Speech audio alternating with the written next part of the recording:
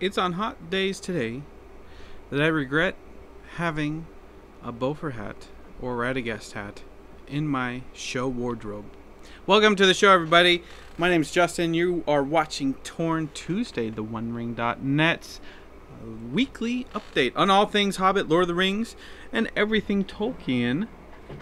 We are in the middle of June, and I hope you enjoyed our special show from Denver last week. I'm joined, as always, by my friend and it was quite producer special show. That was a quite special show. Writer and published author of The People's Guide to J.R.R. Tolkien. You also were part of the book that we did yes.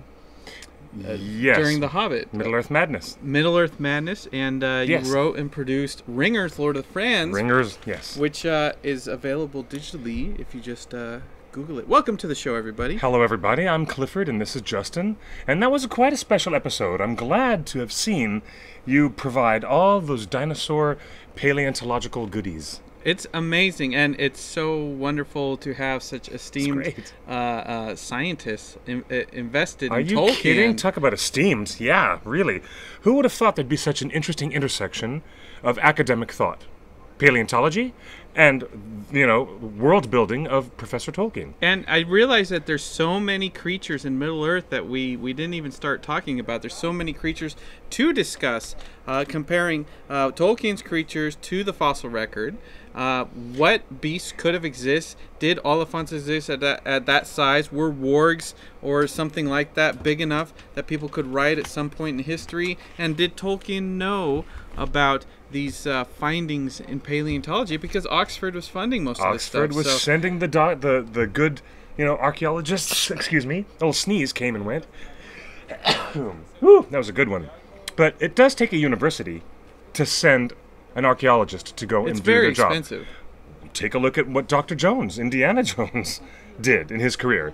He had the university send him all around the world to archaeological digs. What we didn't show on camera, which was amazing, and he went to a few on his own, didn't he? When I showed up, it's really true that they still dig up dinosaurs, and then they dig around the dinosaur, and then they wrap that dirt that where they think the dinosaur is. They wrap that dirt in plaster, and then they put it on a truck, and then a big huge plaster balls still get sent to museums, and then you spend weeks in the lab with a little chisel, and you because it's easier to do that in the lab than it is in the hot West Texas sun. So when I showed up, we didn't show it on camera, but when I showed up, Dr. Robert Bacher, he hands me this big huge plaster cast that I have to hold with two hands like this. He said, and then we saw it in half with just a regular saw, and then he gives me half of this egg, and he takes the other half and like, all right, start digging. So I spent 3 days digging out a Dimetrodon skull from an actual pile of dirt. Really? It was so much fun. Wow, to cool. watch that. We got questions in the chat room. Speaking of, I still haven't seen Jurassic World. Is it good? It's everything you hope for. It's quite good. I enjoyed it. It's very entertaining. Quite fun. It is really fun. It's quite fun. Really fun. And it set all box office records for opening weekend. Quite surprising business. It's set all box office records for second weekend. Has broken every record in history. In the history of movies. In all aspects. First day, midnight showings, first weekend, first week, second weekend. In fact, this is the first time in history of all the films ever that Pixar ever created in the history of Pixar. It's the first time Pixar has ever opened in second place. Speaking, that means that Jurassic World was not a Pixar film, not to be confused. But what we're saying is Inside Out, which is also opened released at number 2. It opened at what, $91 million? Which is the second biggest Pixar movie of all time behind Toy Story 3. Which was 110 or 111 opening weekend. So the second biggest Pixar opening of all time in the history of Pixar was still not enough to be number 1 at the box office. Against the second weekend of Jurassic World. Yeah. Yeah, second weekend of Jurassic World broke one of Pixar Studios' proudest winning streaks that they always hit number 1 with the release of their new film. But Inside Out has perhaps an advantage in that it is also very, very, very good In fact, it's better than very good. Inside Out is going to win Best Original Screenplay at the Oscars. It's going to win other great awards from the Writers Guild and other things outside of the bailiwick of what you think it's just going to win Best Animated Feature, like Pixar usually sets up every year. But I'm telling you, Inside Out is so good. It's so freaking great. It's going to really cause a lot of rumblings in the Academy, and it's going to get a lot of other category credits and nominations and wins. And let the whispers that they say about maybe a Best Picture nomination, no, it's definitely going to get Best Picture nomination. Inside Out is a really, I worth have watching. to. I was just one. Fantastic film. I was in the shower today, and I thought, what if all those gold coins and gold pieces in Smaug's treasure hoard are just little minions that have been crushed by his crushing weight over the years? What if Minions? What if Minions, their very first evil genius person, Was Smaug. Was Smaug. And what if that's why nobody could ever infiltrate Erebor, because Smaug had all these minions? Wow, wouldn't that be fun? I think the treasure hoard was full of minions. The minions have taken over the Cinerama Dome. Did you know that? Yes. The Cinerama Dome is now something that they historically have never ever done. They've altered the Cinerama Dome on Sunset Boulevard by covering it with a giant yellow tarp and their giant inflatable minions trying to get a banana, and they're crawling across the top of the Cinerama Dome. It's so weird because they've never done that in the What's history weird of the is dome. that I just got a notice from our Ustream overlords that said they have set a limit on the number of room members to 1,480.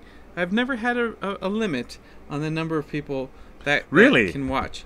Really? A limit of 1480? That's interesting. That's such a weird, odd number. We'll have to talk to our friends at Ustream and ask why the Ustream bot is using its artificial intelligence to set these parochial limits. I wonder what that's all about. That's weird. Well, it is interesting. Sad news yesterday in a plane up near Santa Barbara. It's so awful. That is such awful news. Composer James Horner. Oscar-winning composer. Multiple Oscar-winning composer. Although I think he only won twice. James Horner still would crash and died.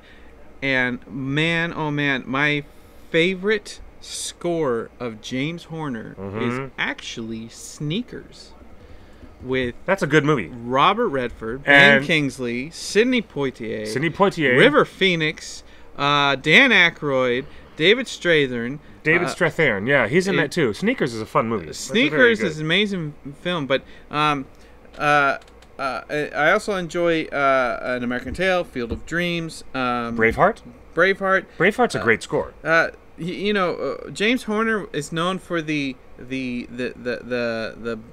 bass piano to signify something dramatic happening. Like in Field of Dreams, when that kid chokes on the hot dog, and then the baseball player pauses and knows if he steps over the line, he'll lose his place in heaven. Yes. You hear the. It's just like a single note or a double note of the low end of a piano, and he uses it in Sneakers. He uses it in so many other movies. He always had this note that he always played to signify a turn in drama. A turn in someone's fortunes. Yes. And Sneakers was ahead of its time, says Sarah in the chat room. Yeah. I totally agree. I would agree with that too. And yes. I don't think they need to remake that.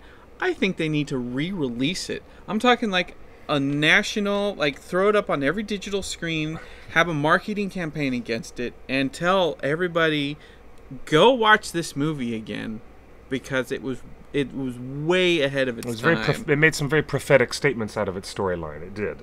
So James Horner also co-wrote the wonderful song in An American Tail. Everyone remember Fievel? Somewhere out there. Yep, Somewhere Out There. Yeah. That's right. He shared the nomination with Barry Mann and Cynthia Weil, who wrote the music and lyrics, but he also wrote music for Aliens. He's worked with a lot of James Cameron. Basically, he was James started Cameron with Aliens and ended up doing Avatar. And so all James Cameron and all Ron Howard. He did it. Almost everything Ron Howard. Apollo 13. No, well, I think at some point James Horner didn't continue working with Ron Howard when it was time for the Da Vinci Code. That was Zimmer. That was Hans Zimmer. That was Hans Zimmer. But I have to say, I love Hans Zimmer's score on the Da Vinci Code. But he worked on A Beautiful Mind, which it was around the same time. Yeah. So the interesting thing is Legends of the Fall, Glory. Wow. What music score did James Horner not do? There's a lot. The interesting thing is that when Peter Jackson was putting together in pre-production on Lord of the Rings, this is 1997. He kept asking around, and he asked James Cameron, "Hey, who do you use for all your action movies?" And James Cameron said, "You need to call James Horner." So Peter Jackson and James Horner had several discussions about doing Lord of the Rings. Oh yes, okay. And he had Horner had a very specific idea for this, and it was more from the vein of Braveheart, if you remember Braveheart. I do remember very well. Less epic, aspirational music, and a lot more. I almost think that it would have been more of a Bakshi type undertone, but he eventually passed on it, and so James Horner almost did the Lord of the Rings score. Lord of the Rings. It's so fascinating to hear how many people were asked and passed on Lord of the Rings. We did an episode a few weeks ago about all the actors that passed up on the roles. So it's even the production people passed on Lord of the Rings, and James Horner would have done a fantastic job, but it would have been a different music. And I think what we did, Howard Shore did awesome. Howard Shore did the most amazing thing. Like so much of the impact of Peter Jackson's movies are completely married to the music, efficacy of the music. Yes, absolutely. And the power, the impact, the emotional resonance, the really, really interesting choice of Howard Shore to always use different motifs, leitmotifs, against different characters, so that every character, even the ring itself, had its own motif.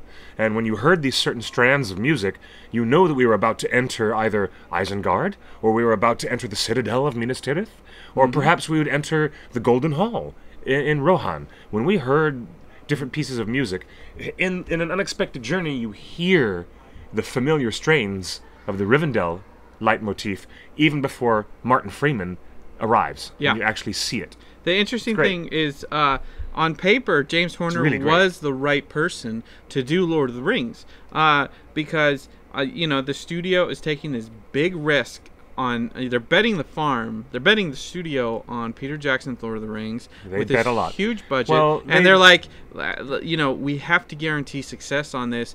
Let's get one of the best that we can. James Horner, I mean, he did Star Trek. He did Ron Howard. He did Willow. He did Braveheart. He did all these movies that could tangentially be related to the genre of Lord of the Rings, but even just Willow and Braveheart, not to mention Apollo 13 and all these other movies. So on paper, Horner was the right guy to do, and he passed on it, and so they went to this Canadian named Howard Shore. This Canadian guy. And Howard Shore, he had done a few things, but not much, and I feel like Howard Shore had something to prove at that point in his career. Here's a working. Howard Shore is a working classicist and composer, and he went for it. He hates conducting, but he conducted. Yeah. He composed and he conducted. He did all the work because I feel like Howard Shore, at that point of his career, he had something to prove, and he wanted to work hard for it. And you can tell by the music that we hear in Lord of the Rings. Fast forward to The Hobbit, and you feel that you're working with a guy that has already succeeded in his career. Yeah. And he's doing as great work as he can right now, but he's not hungry. I'm most interested in what is coming up next with Disney's weird remake of Pete's Dragon. Well, it looks like Howard Shore is not quite done with doing dragons for directors or anybody named Pete. Anyways, our buddy Howard Shore, multiple Oscar winner, he's actually going to do the score for Pete's Dragon, that remake. It's going to be interesting. We announced that a few weeks ago. We did. And the interesting thing, I was just talking to someone about what the difference is. What are the tonal differences you can hear in the music, the quality of music between The Hobbit and Lord of the Rings? And my friend said, when you hear jazz and the blues, when you hear the blues played by B.B. King, he's playing the same old songs that every jazz and blues musician plays. But why do you pay attention? Why is B.B. King? Because he's a master at the craft, at the instrument. Just listening, when you're listening to the same song played by B.B. King versus someone else. Same with Clapton. If you hear Clapton play a guitar solo, True. What Clapton. And the same with Julie Andrews. You've heard Sound of Music performed by many actresses and many singers on stage and screen for 50 years. Yes. Why does Julie Andrews just make it sound perfect? What is it? Because she's a master musician. Because she just knows. Yes. She's listening. And the notes. Someone said Julie Andrews. She knows the notes. Like, you can sing it off the sheet. You can sing the Sound of Music off the sheet. But she holds a note here. She goes higher. She beats the music a quarter note on this lyric. So she's in the context of the written music. Mm-hmm.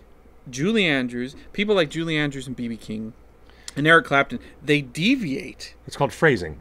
They definitely know how to change their phrasing within a song, and yes, those deviations add character, add color, emotional depth, different feelings, and you can have totally different evocation of the exact same music if the person who's handling the music and playing it reproduces that in their own way. And so Howard Shore is that equivalent at conducting, and it is a shame that he doesn't like conducting, and he refused to conduct for the Hobbit trilogy. He wrote the music, he didn't conduct it. Yeah. And he's been the conductor on so many other films. Everyone that's worked with him says he is equivalent to B.B. King on the blues. Yes.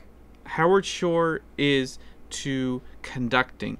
And in the session room, when you have hundreds of instruments and players, Howard Shore can zero in on certain instruments and certain players and say, you know what, on the next take, be a little early, be a little late. And that's why you have so much depth to the Lord of the Rings, because Howard Shore was conducting that. You could hear, as you just mentioned, you could hear the Rohan theme just minuscule in the background before you get to the full orchestration of the whole scene developing. Even when Shadowfax makes his terrific first appearance, you're listening to the Rohan theme before you've ever even arrived at Meduseld, before you've even gotten to the Golden Hall. It's so evocative. Now, what's interesting, I want to correct the record. Mr. Justin said that Howard Shore had not had really too many film credits under his belt before he got into this 3-picture deal with the Lord of the Rings trilogy, but that's not entirely accurate. Our buddy Howard Shore had directed big movies for David Fincher, like Seven, and he was the film conductor and composer for Mrs. Doubtfire, and a lot of other big hit films before he got to the Rings. Oh yeah, but not on the grand epic scale of a Braveheart, of a fantasy film, of a major tentpole. Seven wasn't a major tentpole Memorial Day weekend movie. No, it was a major successful film, but that's what I'm saying. He wasn't doing epic scores for that. Yeah, kind of stuff, Howard Shore was a working conductor that was doing great work. Yes, but he wasn't at that level where there's a short list of only a few names: John Williams, Hans Zimmer, Alan Silvestri. And Howard Shore had built this really strong relationship with Cronenberg over lots of movies, sort of like the way Danny Elfman had his, direct relationship with Tim Burton and did the music scores for so many of Tim Burton's films. But you could watch Existenz or The Fly or anything back in the late 80s that Cronenberg was doing, and Howard Shore was immediately attached. Canadians. Canadians that were sticking together at that point. Sarah says The White Tree is my favorite from Howard Shore. Love that from the instant I first heard it. And Scanners. So, but you can hear the difference in the quality of the orchestration between Lord of the Rings and The Hobbit. Even though Howard Shore wrote both of them, you can hear the depth. You know, you can definitely hear the depth, and there's nothing wrong. There's nothing wrong with the Hobbit score as we hear it, but it's less than Lord of the Rings, and you can hear it because Howard Shore did not want to compose it. It's just like, you know, it's like B.B. King. He didn't want to conduct. He didn't want to conduct. You know, it's like, you know, having Julie Andrews in your musical, and then she says, you know what, I really don't want to sing.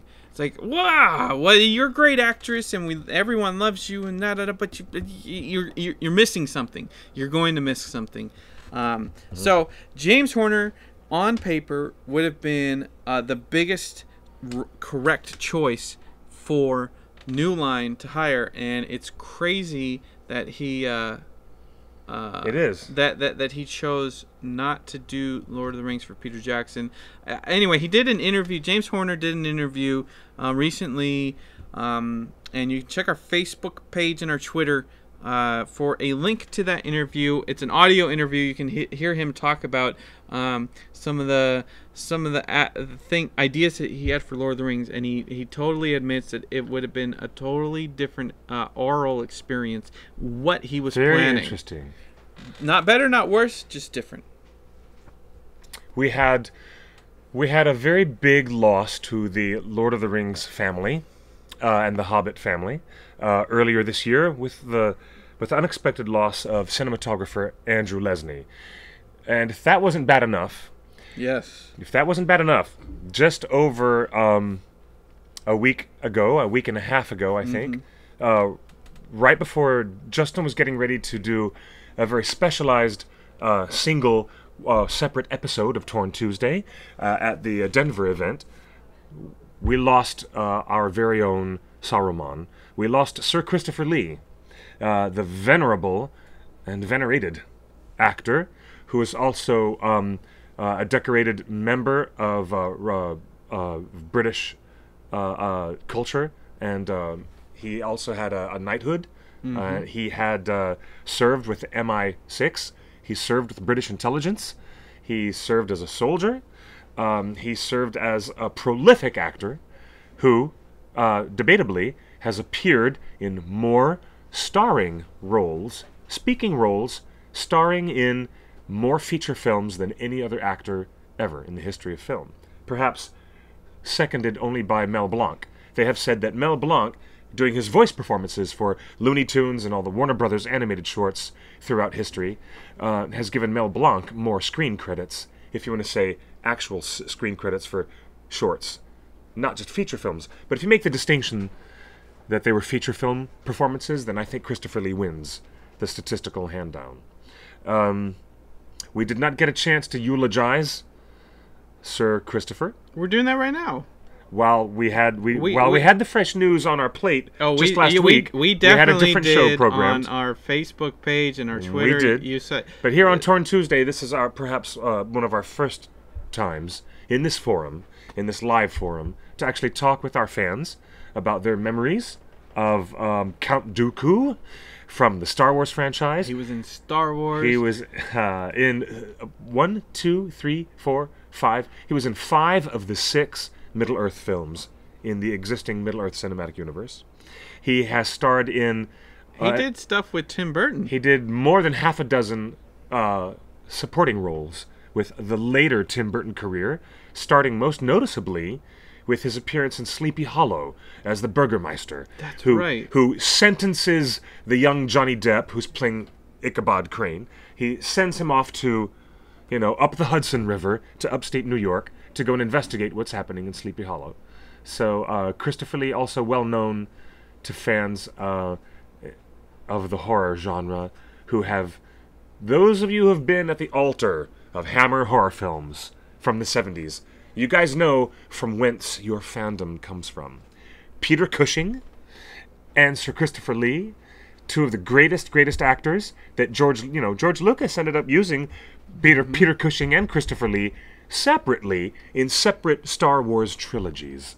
But those actors venerated for their work in all those great Hammer horror films. Yeah. Hammer was the name of a United Kingdom studio. You think that Hollywood is the only place in town where they make movies? Well, there's Pinewood Studios in England, and they have some other great studios in Bollywood. You know this. They've got lots of film studios around the world, not just in Los Angeles, in Hollywood. And once upon a time, and I want you kids who are younger than, 30 to pay attention, because you need to go back into the film vault. You really do. Get on your cable subscriber and watch Turner Classic Movies. You know what? There's even a Twitter account for What's Next on TCM. So you can follow the Twitter feed. Turner Classic Movies, bless their hearts, after Christopher Lee died, they changed their entire schedule of what they were broadcasting to show Rings films and other Christopher Lee films that he was in. Mm-hmm. So yeah, if you guys want to go back in time into the film vault and you want to learn about The Curse of Dracula and these amazing films, if you love Vincent Price, the ghoulish and delightfully debonair quality that Vincent Price brought to all of his villainous roles, with a bit of a wink and a snicker and that twirling mustache kind of villainy. You know how good Vincent Price was at that? Well, Christopher Lee was great at being villains before you kids were even born. So I'm telling you, look at what we've got here. I found this fantastic montage piece. The interesting thing is Look, that most he even people played the Dr. Fu Manchu, and he played the greatest assassin in the Bond movie, The Man with the Golden Gun. He set the new standard for what it was like to be a Bond villain. Christopher Lee, the new standard in all roles that he's been in the biggest movie franchises like Hugo Weaving. We've properly identified Hugo Weaving as today's modern actor who will franchise hop between, Marvel franchise, Matrix franchise, Lord of the Rings, boom, boom, boom. Hugo Weaving's in everything. Well, back in his glory days, it was Christopher Lee who was in everything. Every franchise you can imagine.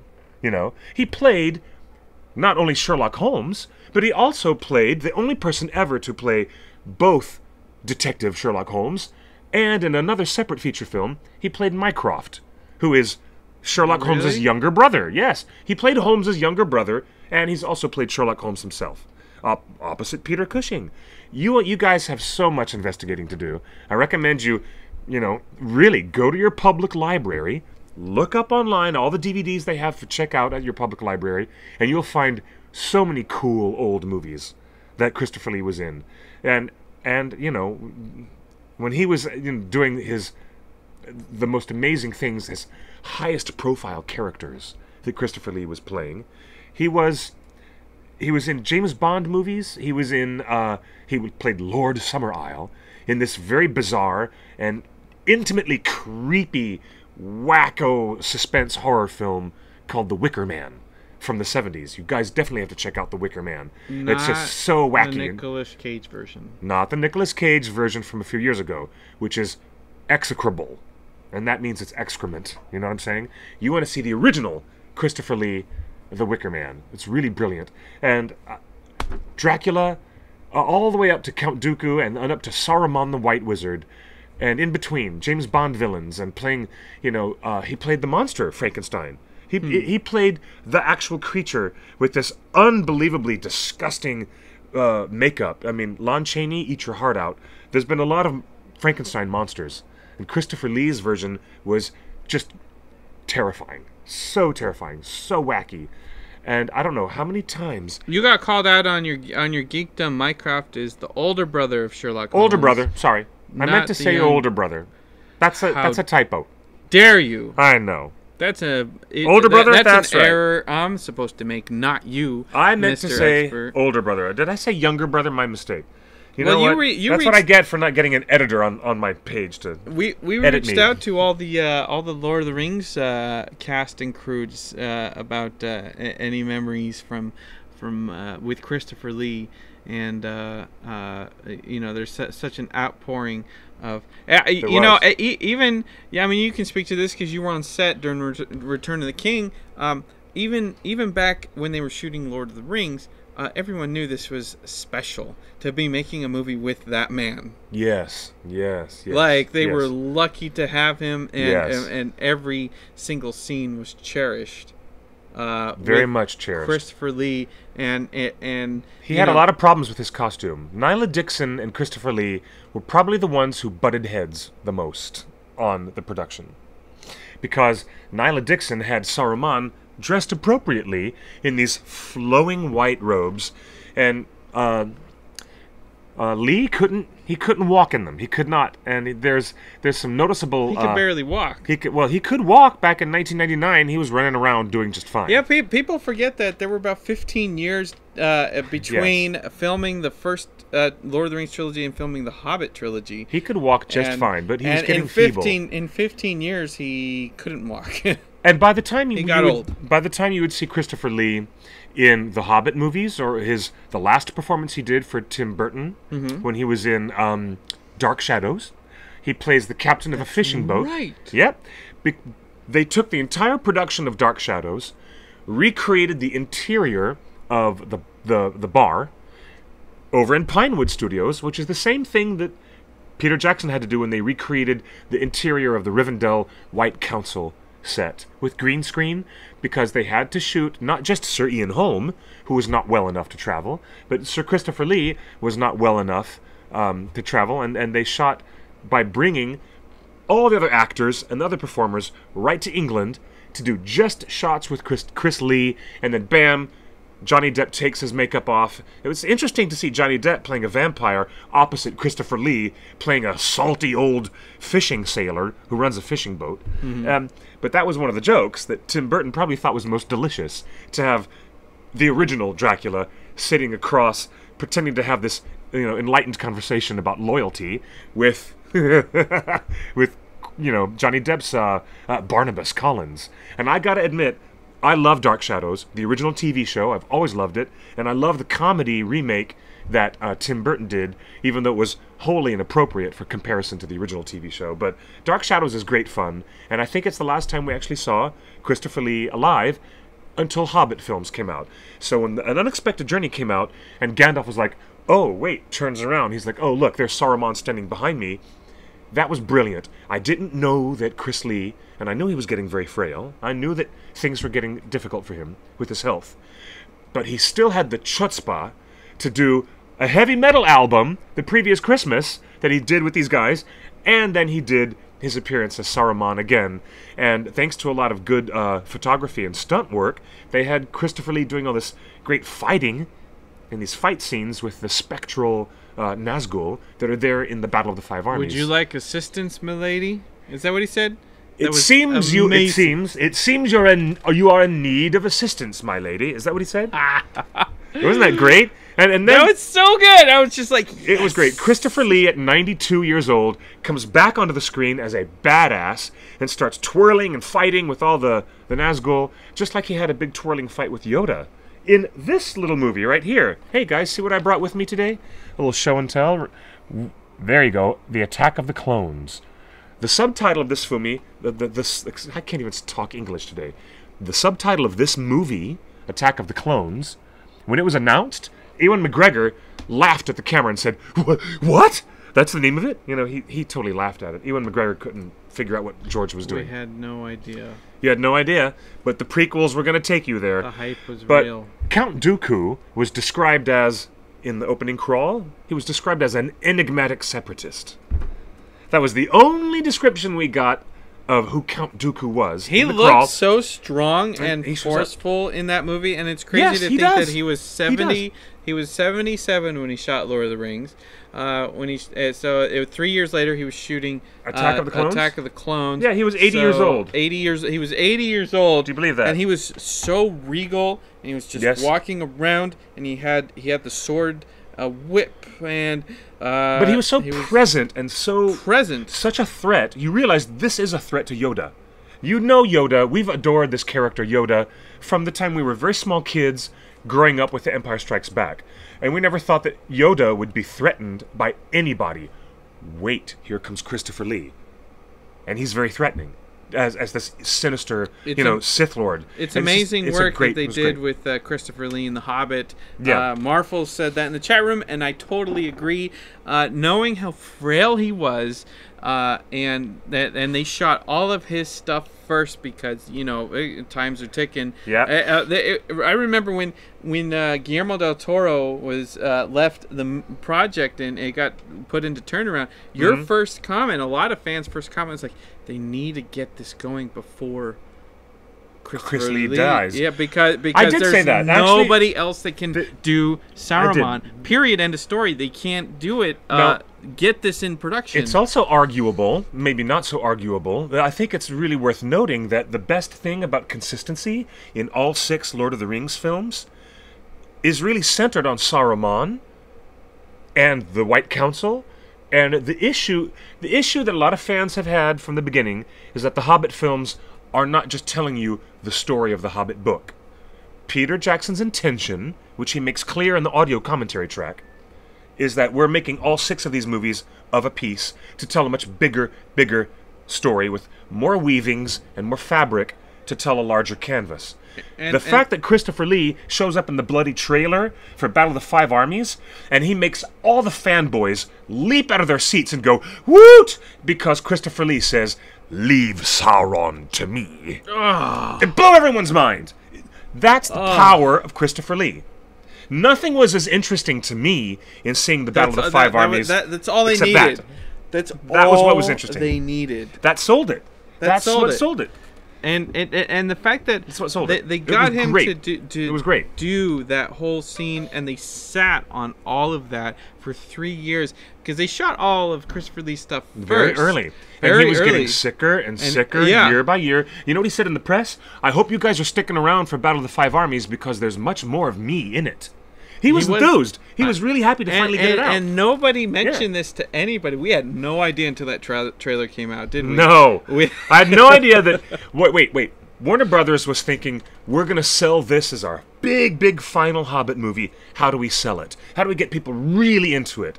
How do we bring Lord of the Rings fans back into it? Your answer? Christopher Lee.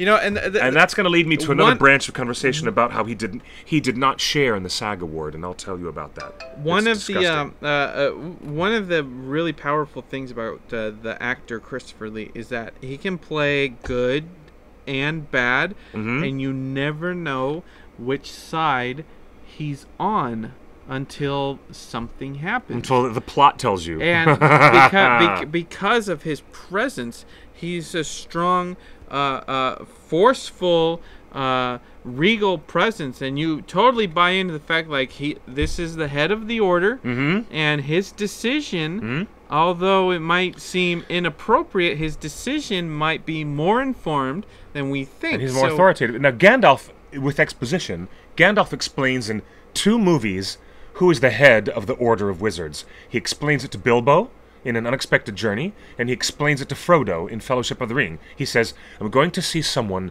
who's the head of my order. He is both wise, and we can get advice from him." And Gandalf says this knowing that this depository of wisdom and great power and information really is Saruman the White. And then what happens in the opening 10 minutes of Fellowship of the Ring, we find out that Saruman has been corrupted. Now, 16, 17 years ago, whatever, when Fellowship first came out, 16 years ago, guess what? That was a bit of a quick turnaround for the narrative thread to have support. Now that you watch the early Hobbit films, and you get to watch those first, you really do get to see Christopher Lee as a good guy. Even though he's condescending, really condescending to Gandalf, and talks down to him. In Star Wars, you didn't. He was a good guy in the 3 Hobbit films. You didn't quite know if Count Dooku was a good guy or bad guy until he actually performed bad. Did he have Force lightning? Did he have Force lightning? He had Force lightning at the end. He did at the end. But you wanted. Sarah brings up the point, but you want to believe that this guy is good. You want to believe that Christopher Lee's character, no matter what he's in, is the good guy. Yeah. And it is unfortunate that he might have turned bad, but Tim Burton used this to his full advantage. Everybody uses to, and he reveled in it. He did. Yeah. Also worth mentioning, Christopher Lee's amazing voice work in a lot of great animation and popular entertainment that you might not know, starting with Lord Haggard, King, I should say, King Haggard in The Last Unicorn, which of course has an overlap with all the Tolkien fans, because The Last Unicorn is written by the wonderful Peter S. Beagle, who's a Ringer fan and a Ringer friend, who wrote the Lord of the Rings screenplay for Ralph Bakshi in 1978. So there's the connection. Peter Beagle has written Lord of the Rings screenplay for animation, and he also wrote the screenplay for his own The Last Unicorn. Who was the great voice of King Haggard? Christopher Lee. Who was the voice of the Jabberwocky, the great monster, at the very end of Tim Burton's reboot of Alice in Wonderland? It's Christopher Lee. And he had the first time we ever heard Benedict Cumberbatch's voice is when he did the Jabberwocky. And we played that at conventions. Oh, that's right. That's right. There's a Jabberwocky connection. The heir to the throne, I feel, is Benedict Cumberbatch. I think Benedict Cumberbatch is the next heir to the throne of the Christopher Lee. He has a lot of similar features. He's tall and chiseled, thin frame with his booming voice. With a very deep and booming, powerful voice. And commanding presence. And there's a good analog. You don't know if he's good guy or bad guy until something happens. In the story. That tells you, okay, I dig that. And you see that in Sherlock, and Benedict Cumberbatch is definitely channeling what Christopher Lee did. He's playing a lot of great villains in a lot of great franchises. He's playing Khan Noonien Singh in Star Trek II Into Darkness, Star Trek Into Darkness, and he played Smaug, and he's played, good guys, like in The Imitation Game. Surprisingly, very, very late in his life, his good buddy, Martin Scorsese, goes up to Sir Christopher Lee and says, I've got a little part for you to play in my movie Hugo. Mm-hmm.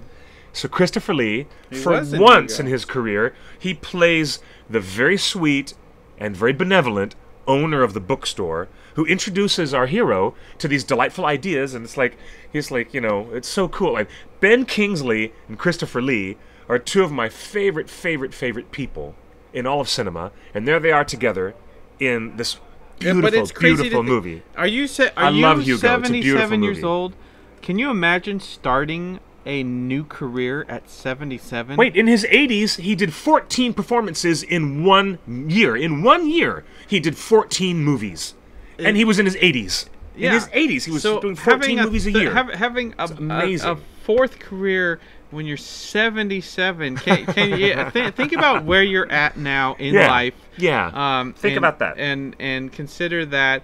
How far away is 77 for you? Now imagine starting new and just you do something and it's so much fun and it's successful and other people start asking to pay you to do stuff. We reached out to a lot of people affiliated with Lord of the Rings and his other movies. Dominic Monaghan says he was a fascinating person. He actually threw a Bic pen, just a standard Bic pen, into a tree right in front of me.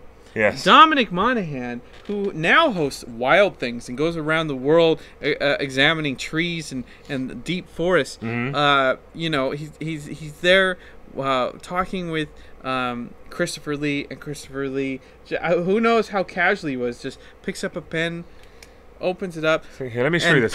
Thunk right into a tree. Into it. Now, I can't do that. No, I can't either. Are you kidding? And you figure this guy was 77 years old and he still had the strength and the power to pierce the hide of a tree trunk. That's intense. That's intense. That's super intense. Elijah Wood told us an extraordinary man and with a extraordinary life led, Sir Christopher Lee. You were an icon and a towering human being with stories for days. With stories for days. Now, that's something that we Lord of the Rings fans have gotten very familiar with, watching the behind-the-scenes stuff that Michael Pellerin puts together for us. And we look at the behind-the-scenes of Peter Jackson and Christopher Lee. They get on the set and they start talking and talking and talking, and the production shuts down. They can't get the light set. They can't get anything shot.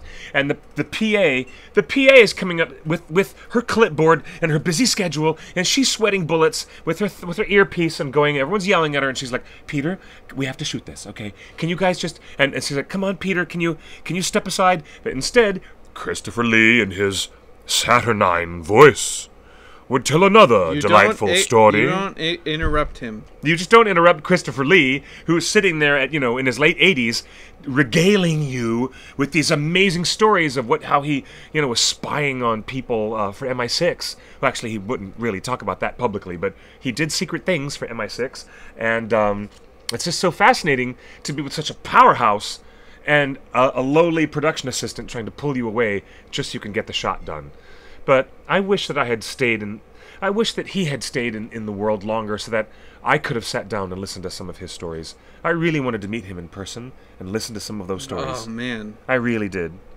And, Elijah Wood tweeted something very mournful and very sweet on the morning.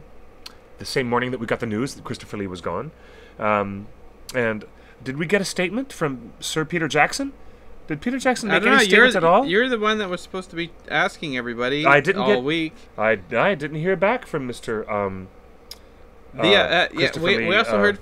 also heard from Royd Tolkien, who said that when he first arrived in New Zealand, he first arrived on set in the UK, and there to meet him was Christopher Lee.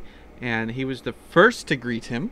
Out of all the people on the production, Christopher Lee wanted to be first to greet Royd Tolkien, and they shared stories of Royd's great grandfather, and it's just such a cherished moment. Can you imagine not only being a family member of Tolkien, that these movies are finally being made on this type of scale, and Christopher Lee, I think who was already knighted by then. I mean, a legend in his own time is playing Saruman, and here it just must be like so.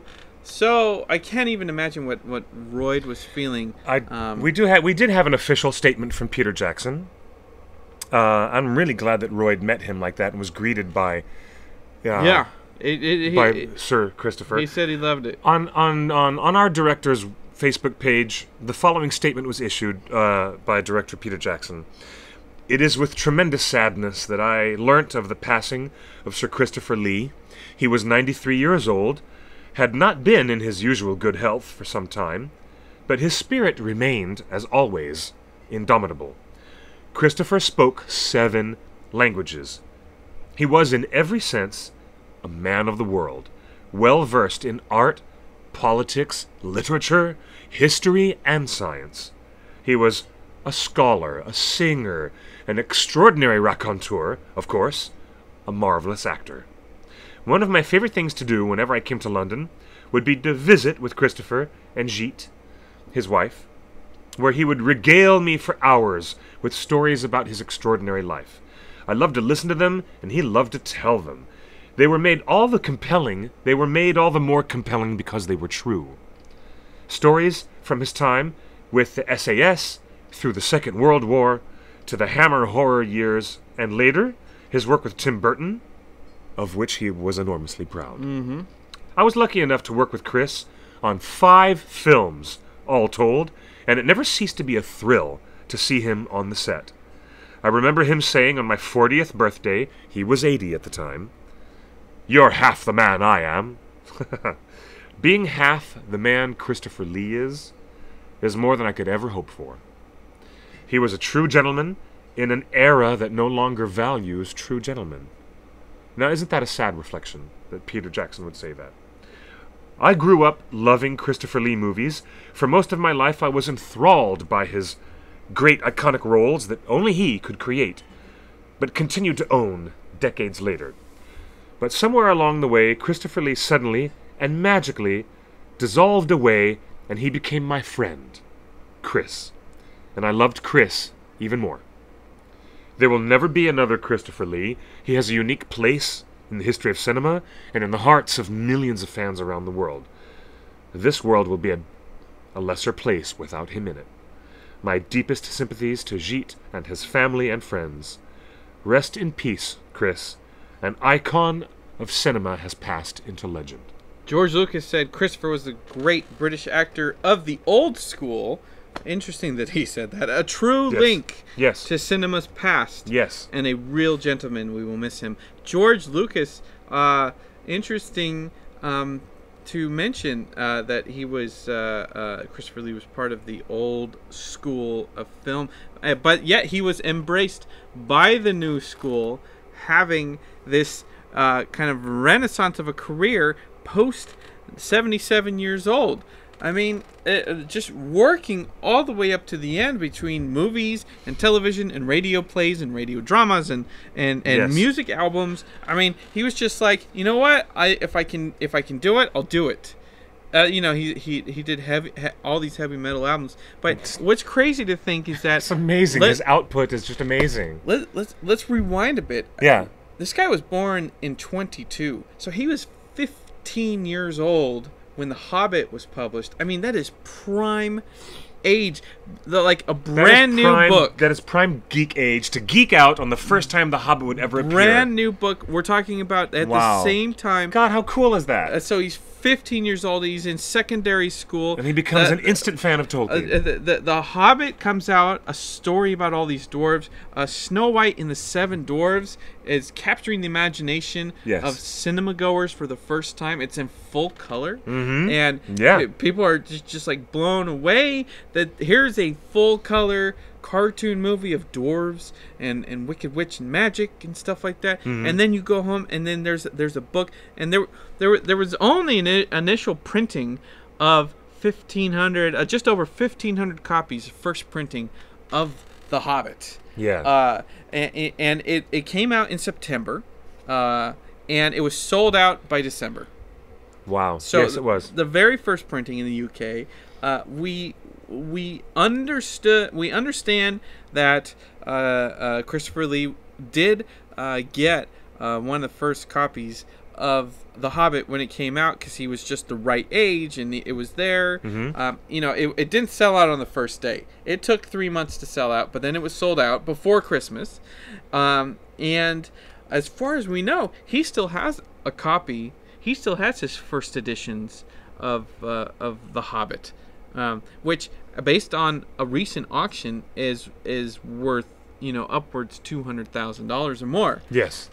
I would love to see Christopher Lee's library, his personal library. So would I. The history of the 20th century, from the scripts, wow, the scripts that he got, to the books that he read, to the opportunities that he had. Can you imagine just smelling the air in Christopher Lee's study? The interesting thing, he was 15 when The Hobbit came out and became a lifelong Tolkien fan. Yes. Not only that, him and his wife, they were married for 50 years, over 50 years. Yes, that's right. But he didn't get married until, I believe, his late 30s or early 40s. So they were married in 1961. 61. So 22, 32, 42, 52, 62. Yep. So 38. He was 39. He was a flight lieutenant. He served in between the years of 1939 and 1946. In 1939, he served... That's the whole World War. He served in Finland, in the Finnish army. Not England. He served in the Finnish army. And then the next year, he served in the British Home Guard, and then in the Royal Air Force, the RAF. 39 to 46, he was enlisted during the whole war, which is more to be said than Tolkien himself, who couldn't even hack it for 6 months. So this was a man's man.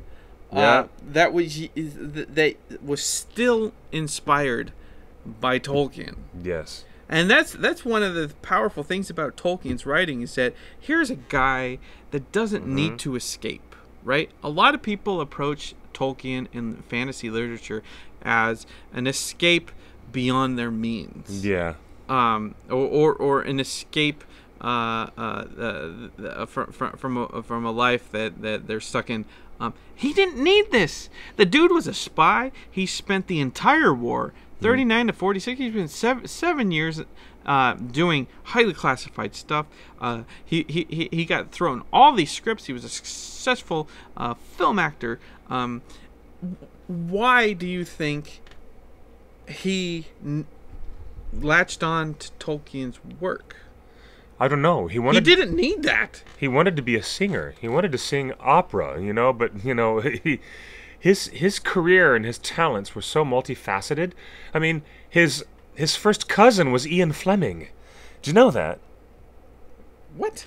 Christopher Lee's first cousin or second cousin, was Ian Fleming, and that's how he knew Ian Fleming. And the fact that he knew the Fleming family, which was also a family of some note in England, and it's just fascinating that he would years later end up playing the assassin Scaramanga in The Man with the Golden Gun.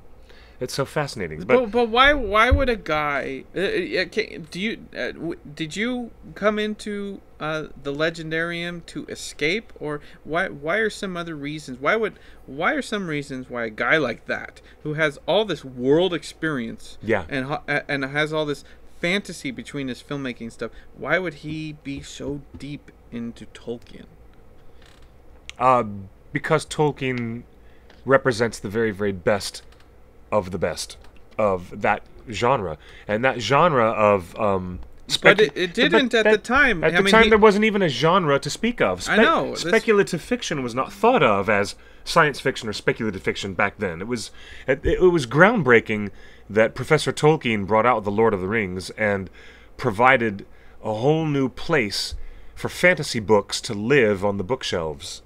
And to be consumed in mass quantities. It opened up the marketplace for what has now since become the wild and twisted world of young adult novels, YA literature. Do you have any ideas why an alpha type personality such as Christopher Lee would be drawn to these stories of dwarves and hobbits? No, I don't immediately know why he'd be so drawn to them. He didn't need. You say that he didn't need to embrace Tolkien the way that he did, but the fact that Christopher Lee was so he had pressure on him from his very rich and prominent family for a military career and other things in his life. But he was interested in the performing arts.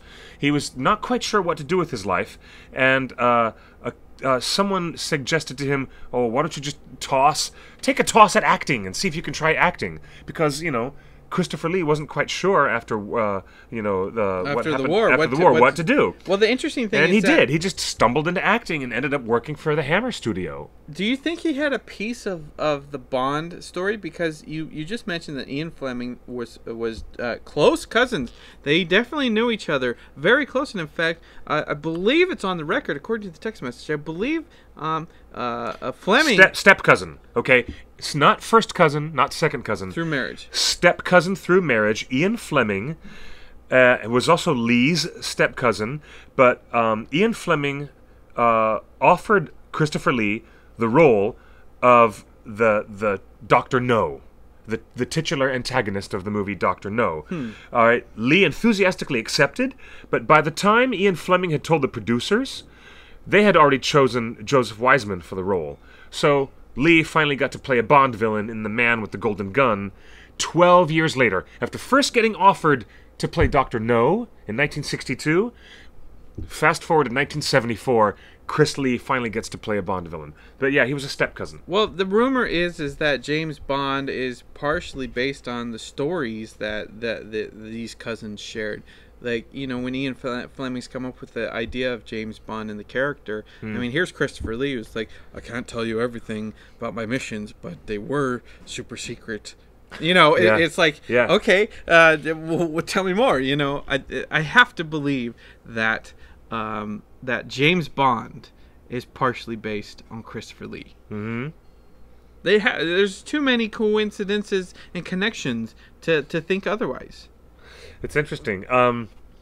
It's also interesting to talk about Christopher Lee and Sir Ben Kingsley, because both of them have played great leaders of India and great leaders of Pakistan, who are politically completely politically diametrically opposed to each other, and yet both of these actors starred in big starring roles in these biopics about each one of these amazing figures from history.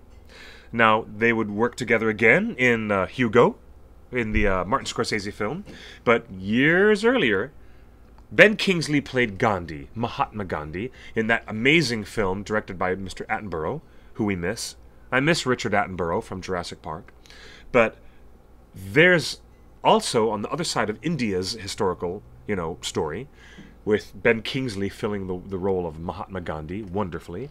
On the other side of the Indian story is the Pakistani story, about how they established their independence and got their sovereign nation founded. Who was the founder of Pakistan? It was Muhammad Ali Jinnah. And Jinnah was played by Sir Christopher Lee in the movie of the same... Wait, the Pakistan that we always, fight with now? The Pakistan... Well, actually, we're not fighting with Pakistan. We're fighting... We've been fighting with Afghanistan. Pakistan is an ally of the U.S., ally. A delicately handled quasi-ally right now. In the current political firmament, yes. Pakistan is not on the list of America's enemies. Anyways, it was Christopher Lee who thought that his most important role, his most historically important role, and the one that he believed in the most as a really towering, important role in his life, was playing the founder of Pakistan. So the movie was never... We've never seen it, because the movie has never been released in the United States. We've never seen it. We can't. We can't get our hands on it. Unless you get a bootleg somewhere or get some pirated copy online. It's easy to get a copy of Attenborough's Gandhi, and I highly recommend you go and see the wonderful Ben Kingsley performance as Mahatma Gandhi. But he wasn't in that. But the character Jinnah is in that movie, played by someone else. Yeah. But look, the way that Christopher Lee in his makeup looks like Muhammad Ali Jinnah, he looks just like Jinnah. And sounds a bit like him too. It's a fascinating performance. I saw some clips on YouTube. But we've never seen that. If that is his most proud moment, that's his proudest film. Actor, the biggest regret, the biggest professional regret of his career, he actually said, because he fell in love with The Hobbit as soon as it was published, and he fell out of his chair when he met Tolkien. We'll talk about that in a sec. But he said, I was far too young. I was too young to play Gandalf. Yeah. Once upon a time when they were talking about in the 60s and the Beatles were trying to... Yeah, so... And John Borman was floating around a script. In the 60s, the rights were there, and Christopher Lee says, I was too young to play Gandalf. I was! But now, I'm far too old to play Gandalf. And so he had to settle for playing... He had to settle for playing Saruman, but and he pulled Ian aside, Ian McKellen on set, and said, I wanted to play Gandalf. That has to be, we just talked about how he had a successful career from 77 years old on, but to go through your whole life seeing The Hobbit published, see its rise to stardom from this tiny little 1500 edition print to the Tolkien Legendarium, and then all the different movies that came out from John Borman, and then the animated, and then Peter Jackson's, and then The Hobbit, and then to think, through his whole life, all he wanted to do was play Gandalf, and it just escaped him. Yeah. I'm crushed to know that as successful as Christopher Lee was, all he wanted to do was play Gandalf, and never got to. It just missed him. The timing was off. It is sad. Isn't that sad in a funny way that he was the only person of all the Lord of the Rings cast to actually know and have met in person Professor J.R.R. Tolkien while he was alive? And I've got a funny feeling when I say this, but it might be that when the extended edition of the Battle of the Five Armies comes out in November, later this year, about 6 or 7 months from now, maybe less than 6 months, I think that might be the very last Christopher Lee footage that we'll ever see in a movie. You think? Yeah, I think it probably will be. He was He acted in a few other little movies and had a small little parts in a movie called Night Train to Lisbon, but that movie was released a couple of years ago, and that's it. I don't think there's anything else. I'm looking up the whole IMDb list of Christopher Lee's credits, but I get a funny feeling that we may be blessed with one final look at Christopher Lee's amazing power on cinema, on the screen, and especially as this character Saruman, who has his own ulterior motives, his own conniving way of trying to think ahead of everyone else and get things done secretly his own way. The fact that he says that dialogue, take the lady, Galadriel, to Lothlorien. Let her rest. And then he looks to the camera and says, leave Sauron to me. This is not the end of Saruman. I think we're going to see a few more scenes of him. In particular, I think that we might find a discarded Palantir, maybe lying on the ground. You think we're going to get that? In Dol Guldur, I think if we get this extended version of Battle of the Five Armies, we might get lucky. And if we are lucky, Peter Jackson will put more footage of that character, Saruman. I hope so. I really hope he will do that. Because I don't think there's anything else that Christopher Lee has coming out in other future releases. Let's take a look. According to the IMDb profile, he's completed... there's a movie called Angels in Notting Hill. And that would be it. He completed work last year on a thing called Angels in Notting Hill.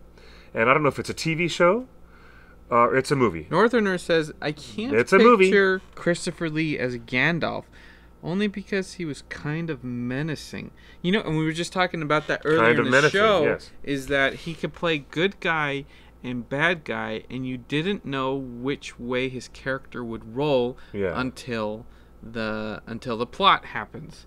I think he would have made a wonderful... Can you imagine Bilbo and Christopher Lee sharing a smoke together and laughing together? See, the thing is, you didn't hear Saruman laugh that much, but he had an infectious laugh. He did. Gandalf was perfectly cast as Ian McKellen. And as much as Christopher Lee really was attached to the role of playing Gandalf, I think the role of Saruman was much, much, much better. It is more interesting for me to see all this good Saruman stuff in the Hobbit films, and to see Saruman acting like a good guy, but he's also a strategic thinker. He is cunning, always the piercing intelligence, and always a bit more layer of thought than anybody else is adding a layer of thought. And that is why he had the name Curanir. His original name, the elves would call him, not Saruman, they called him Curunir, which means cunning mind. A reference that Treebeard makes, saying that Saruman always had a mind for metal and wheels and mechanisms, and there's an observation that Treebeard makes about Saruman that matches the given name and the connotation of his name in the original Noldorin Elvish. The original Elvish. It's like, the cunning mind of Saruman. And when you watch Christopher Lee's performance, and so late in his life, so frail that he can barely sit in the chair, and you can still see him talking to Gandalf and saying, let us look at what we know. A dusty old relic from a bygone era. A couple of trolls have come down out of the mountains. But this is not a sign of war, and he's trying to dissuade everyone on the White Council from getting all worked up because Christopher Lee, knows that Saruman wanted to search around for the ring on his own. He wanted the White Council to not be so quick to jump and quick to freak out about what Sauron was doing. So he says things that are reassuring. He says, leave Sauron to me. Let me take care of this. You go take Galadriel over there, because Christopher Lee wanted to look for the ring. Saruman. Saruman wanted to look for the ring. He was seeking it on his own and had his own secret agenda, and I think that there's some under the surface in the performance of Saruman in the Hobbit films that supports that. Don't you think? Don't you think? There's a reason why the Saruman character is written the way he's written. He's trying to dissuade the dwarves of Erebor from going back. He's trying to dissuade them from, getting worked up about, what's going on with this mystery dagger and what's happening in the old fortress of Dol Guldur, and why is Greenwood the Great all of a sudden being called Mirkwood? And Saruman doesn't want anybody to get their hackles up. He wants everyone to leave the area alone so he and his, minions can go and look for the ring around the area. And that's what's in the books. And I think Christopher Lee knew that, and he was totally playing that. So, in my final estimation, the more Saruman, the better. It was one of the best things that Christopher Lee ever did in his career. Besides a really remarkable Dracula performances, he brought Dracula around the way Bela Lugosi could not bring Dracula. You know what I mean? Really lonely, really tragic, really gothic. I mean like the French classic gothic definition of gothic horror, with that etched loneliness and that pain and tragedy of that character. Christopher Lee knew what the hell he was doing, and I miss him dearly. Do you think I really do? I miss him. I'm gonna Peter miss Jackson's him. Lord of the Rings benefited? Do you think the production of Lord of the Rings benefited from Christopher Lee's input? Tremendously. Or do you tremendously? Think, or do you do you think at that point in his career, Peter Jackson was more willing to listen to Christopher Lee? Jackson was always reverent of Lee. Always very reverent. Do you think that there was less of that during the Hobbit, making of the Hobbit? Yeah, because at that point, I'm afraid that Mr. Jackson was held in sway by other forces and other concerns that were on his mind, like shooting it in high frame rate, satisfying the demands of a tentpole franchise, the pressure of Warner Brothers on his back. He had old relationships with New Line Cinema that were gone. Peter had to have whole new relationships with the new studio that had absorbed everybody else that he used to work with. So Peter had a hell of a lot of other things on his mind, aside from appeasing that sense of gratitude and reverence that he always had to Lee. At some point, Christopher Lee was just grateful to come in and sit at that green screen and be able to say those lines and just do that. The way that he was able to do the Dark Shadows bit for Tim Burton, he's like, I'll just sit here. He can't horseback ride. He can't do physical fight scenes. He can't physically do anything except sit. And that's what they shot. That's all they could shoot. So do you think he had nothing to add to Peter Jackson? Do you think Peter Jackson showed him the entire shooting script of both movies? No, I think. Do you think Peter Jackson asked for his help? I get the feeling that Peter Jackson during Lord of the Rings asked for his input. Christopher Lee, maybe you are a Tolkien scholar. You knew know him, best. You met him. So please tell me, and then he made his own adjustments as needed. Do you get the feeling that he asked for the same type of input of Christopher Lee? We'll never know. We will never know.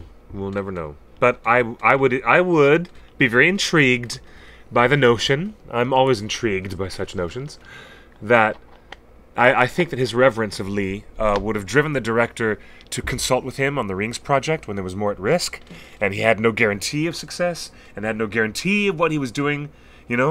After he proved himself and got all those Oscars and the Best Picture and the Best Director, he probably didn't feel like he needed to consult with anyone as much, because he felt maybe at that point he was so immersed in that world, he knew exactly what he was doing with the cinematic version of it by now. But I don't think we'll ever really know. Look, if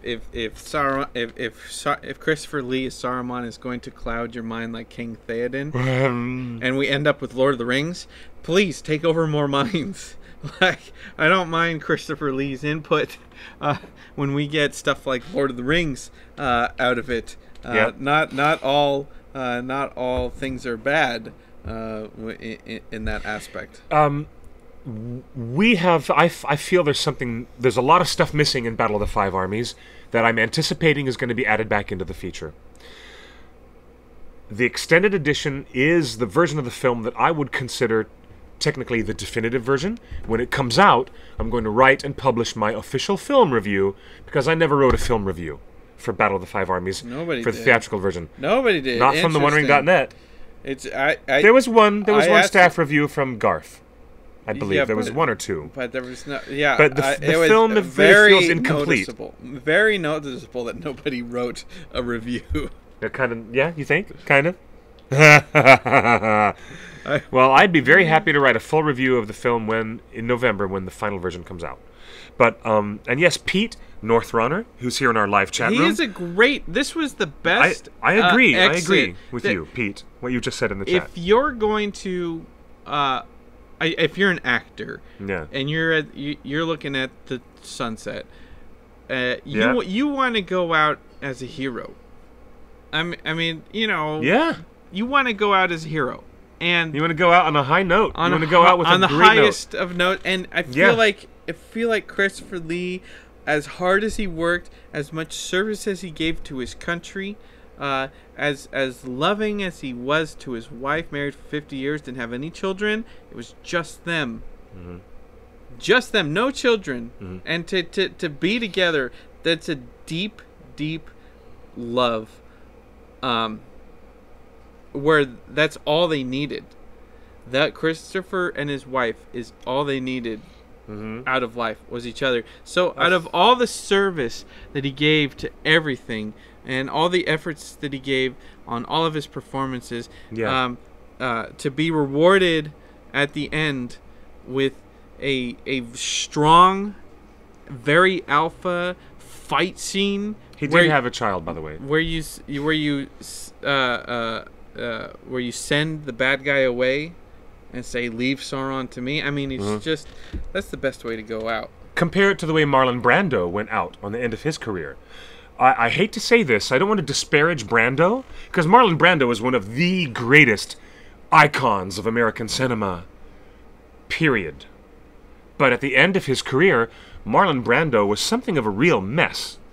And his appearance in that awful film, The Island of Dr. Moreau, remember that messy, messy film? The film was almost completely destroyed by the bad behaviors, the unprofessional behaviors of Marlon Brando, with him not memorizing lines, not showing up on set, not shooting when he was supposed to shoot. And Marlon Brando went out on a very low note with a feature film that was a mess, that was critically lambasted, that was atrocious, and it was a big, big failure. Imagine going out on a big flop like that after such a high-profile career in movies, such as Brando had. And now compare to Christopher Lee, who went out on his career on a very high note with this great swashbuckling fight scene trying to save Gandalf and save Galadriel from the Dark Lord Sauron. And really having some chutzpah, you know. He did have a child. According to Wikipedia, it says right here. No, you're right. They had a daughter. I'm They sorry. did. They had one child. I messed up. And that's okay.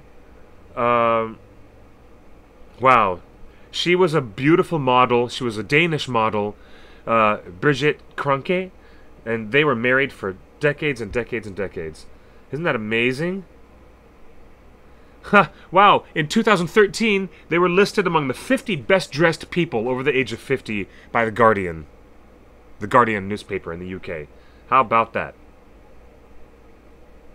Wow. Contrary to popular belief, Lee did not have a vast library of occult books. When giving a speech at College of Dublin in 2011, Christopher Lee said, "Somebody wrote I have 20,000 books. I'd have to live in a bath. I have maybe 4 or 5 occult books." He further admonished the students against baneful occult practices, warning them that he had met people who claimed to be Satanists, who claimed to be involved with black magic.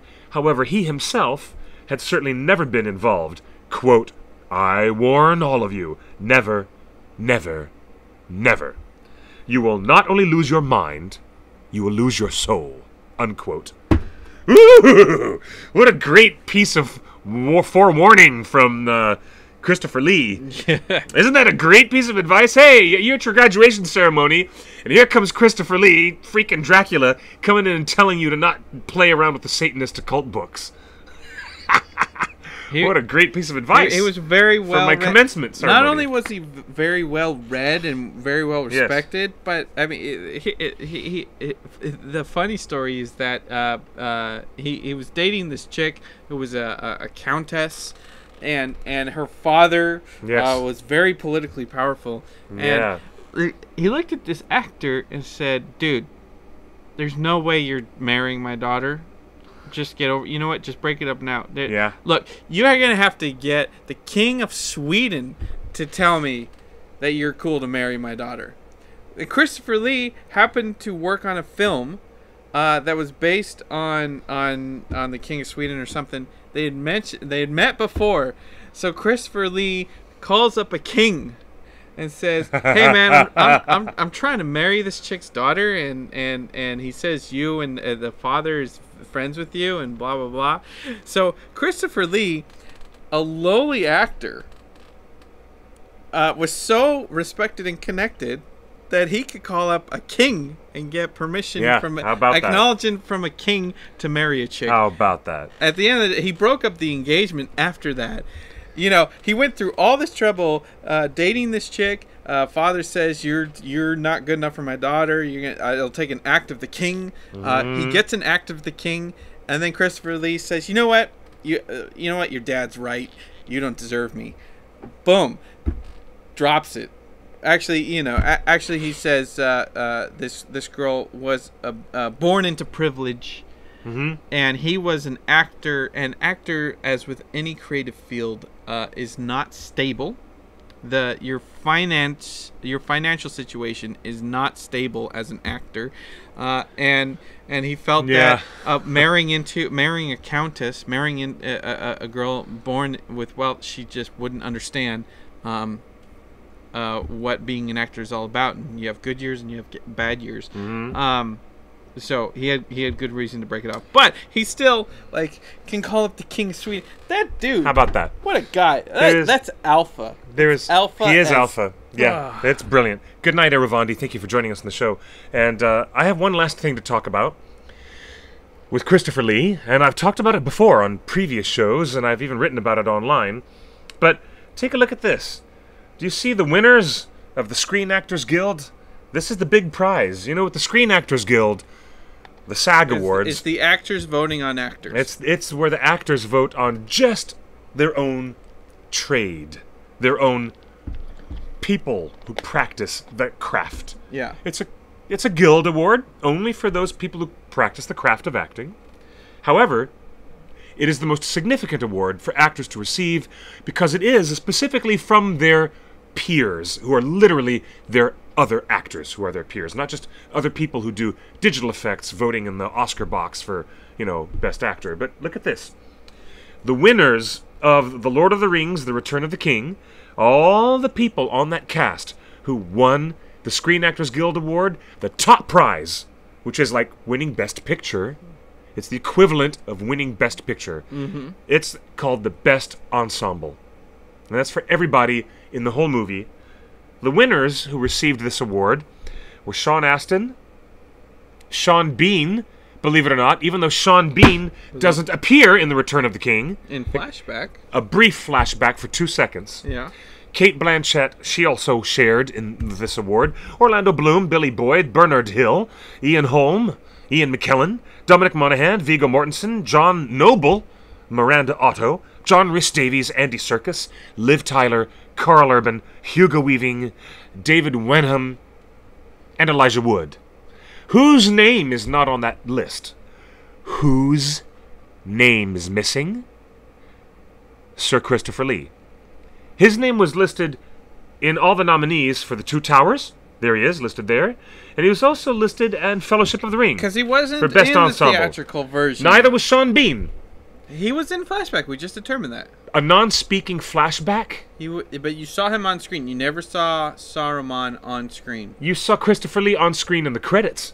He's on screen in the credit sequence with a full Alan Lee drawing and a single title card. A drawing of him is not him. So, here's the thing. I'm not saying he didn't deserve it. He wasn't in the theatrical version, and these awards Lee are based on the theatrical. He got his legacy ripped off. He should have shared that award. his 12 or 13 minutes of his final scene were, at the very last minute, cut from The Return of the King. So we don't even know what happened to the Saruman character until we saw the extended version. I think it is one of our first spy photos. A shame. Was that spiked wheel? Yep. That was our very first. We did. That was our very first scoop, I think. It is shameful and disgusting, and I'm still angry about it after all these years that the Screen Actors Guild has given nothing to the man who broke all the records and starred in more feature film roles than any other actor who's ever performed for the Screen Actors Guild. Excuse me? He wasn't Christopher in the movie. Lee? He wouldn't just give it out to anybody? He never won an Oscar. He never won the Screen Actors Guild. He was cheated. He was cheated out of his award. Sean Bean does not deserve to share the SAG award for Best Ensemble for Return of the King because Sean Bean is not in the movie theatrically version any more than Christopher Lee. Nope, doesn't count. You just said he's in the movie. What's wrong is that Peter Jackson cut him out, and if we knew that Peter Jackson was going to be so changing, that was not. That was just it's not Peter Jackson's preview fault. of the Hobbit trilogy. Some sloppy intern who was working for New Line Cinema, who filled out the paperwork and submitted to the Screen Actors Guild. These are the names of all the people in our cast. These are the names. Sarah Vorar says the drawing was in the extended edition, not the theatrical. He wasn't in. So he wasn't. It wasn't. I don't care. It wasn't. Yeah, he's in the film. These technical details are what matter when it comes to awards. To being cheated out of an award. If you're not in the movie, you don't get nominated. Then why did Sean Bean share the award? Because he was in the movie. I saw him. I don't buy it. You saw him. We saw him. Everyone saw him. He's in the movie. A silent flashback for a few seconds? That's Peter Jackson's fault. If he wanted to share and all that, he would have put him in a flashback. So but he didn't. Where is the Sean Bean flashback in the theatrical version of Return of the King? Where is it? They flash back. Don't they flash back to... In the extended version, there's there's extra whole scenes of Sean Bean and David Wenham together with John Noble. But Christopher Lee was cheated. The Screen Actors Guild should be ashamed of themselves. Peter Jackson, deeply ashamed. No. It's Peter Jackson that cut him out of the movie. It was whoever at New Line Cinema who didn't fill out the form properly.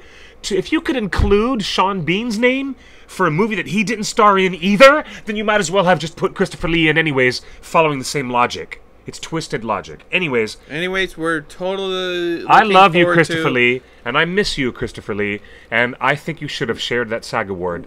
That's one man's opinion, right? Will he get a posthumous accommodation? Okay, thank you, Sarah, for clarifying. Will he get a posthumous award this year for his efforts? That is most interesting. Now there is an opportunity in front of the Board of Governors for the Academy of Motion Picture Arts and Sciences to fix this problem and posthumously award something to Christopher Lee. He deserves it. He deserves something more than just being the last person who's shown in the graveyard reel when they get to that segment of the award ceremony. He really does deserve recognition. And don't put it beyond me that I would open up an online petition against the Screen Actors Guild to change the winner of the Best Ensemble Award for Return of the King. It should include Christopher Lee. I think we should petition SAG to do that. And don't put it past me that I wouldn't do it. I feel quite impassioned about this, in case you didn't notice. Christopher Lee deserves more respect and more honor from the industry than he got. I'm just saying. Anyways, it's been a really lovely show. It's been a really, really, really good show. And he's such a fascinating character, Christopher Lee. We've barely scratched the surface. 1922 to 2015, 93 years old, 15 when The Hobbit first came out. Such a powerful 77 voice. Such a powerful when he was voice. in Lord of the Rings and worked all the way up until the end. What a guy. What a man's man. He played the role of Dracula, I think, 16 times? I'm not sure. I'll have to look that up. Well, it was a lot. He played the role of Dracula more times than anybody else, with more panache than anybody else. And he also played Saruman more than anybody else. Yeah. Thank you for joining us. We're here every Tuesday, 5 p.m. Pacific at theonering.net/live, streaming live. And stay tuned. We've got a Comic-Con panel coming up at San Diego Comic-Con in a few weeks, and we're also going to have an ice cream social full of a scoop. I don't know. We might call it, because Christopher Lee's recent passing, we might call it... taking the hobbits to Ice Cream Guard. Ice Cream Guard. They're taking the hobbits to Ice Cream Guard. I like that. We're doing an ice cream social at San Diego. Come join us. Ghirardelli Ice Cream Shop, San Diego, Friday of Comic-Con. Look for it. My name's Justin. You can follow me at Justin's Big Idea. That's Cliff. You can follow him at QuickBeam2000. You want to get a real kick? Go back and watch the sequel to Gremlins. Watch Gremlins 2, The New Batch, where Christopher Lee plays Dr. Catheter. Very fun, delicious little side role that he did. It's very entertaining. And the whole movie is very entertaining as well. And they spoof Donald Trump left and right. If there's anybody worth poking fun at these days, it's Donald Trump. Well, thank you for joining us. Gremlins 2 pokes fun at him. It's funny. This has been a wonderful tribute to Christopher Lee. We hope you join us next week. I miss you, Christopher Lee. Yeah. He'll always be my King Haggard. He'll always be my Saruman. I'm just glad we got him in The Hobbit. You know what's amazing? Is that he lived such a full life, and he gave us his best. Every time. Every time. His Count Dooku fighting with Yoda. And we were so nervous. For many years, we were so nervous that we weren't going to get him in The Hobbit. And they were going to have to write Saruman out of it. That would have been horrible. It is so effective in the continuity of the Middle-earth cinematic universe that Saruman is there as a good guy, and we get to see his interactions with these other guardians of Middle-earth, Elrond, Half-Elven, and Galadriel, and Radagast is there too, and there's Gandalf, everybody. It's all about Saruman, and there's a reason why he was given such an important punchline in the trailer for Battle of the Five Armies. It was because everybody at Warner Brothers and everybody ultimately knows that we're all still hooked on Christopher Lee, and we love him. We've always loved him, and he was the best. He was the very best. Very best. Christopher Lee. We take our hats off to you. 2015. 2015, Christopher Lee. Say hi to Robin Williams up there, would you? And Tolkien. And Tolkien. You guys. And Andrew. And Andrew Lesney. Yeah. Have a good time up there, guys. And by the way, we'll see you next week. We'll see you next week, and we'll have much more to talk about as we approach San Diego Comic-Con. All right. Thanks for joining us, everybody. One last thing. Go and see Inside Out. It's the best thing that American cinema has given us in a long time. No lie. It's great stuff. Go check it out. And now, we sign off. Thank you again, Ellen. It's always lovely to see you. Marfles, Ragamuffin, everybody. Thank you for checking our facts, Sarah and Eravandi. Sorry that you had some trouble with the streaming, but it'll be better next week. Good night and good luck, everyone. Bye.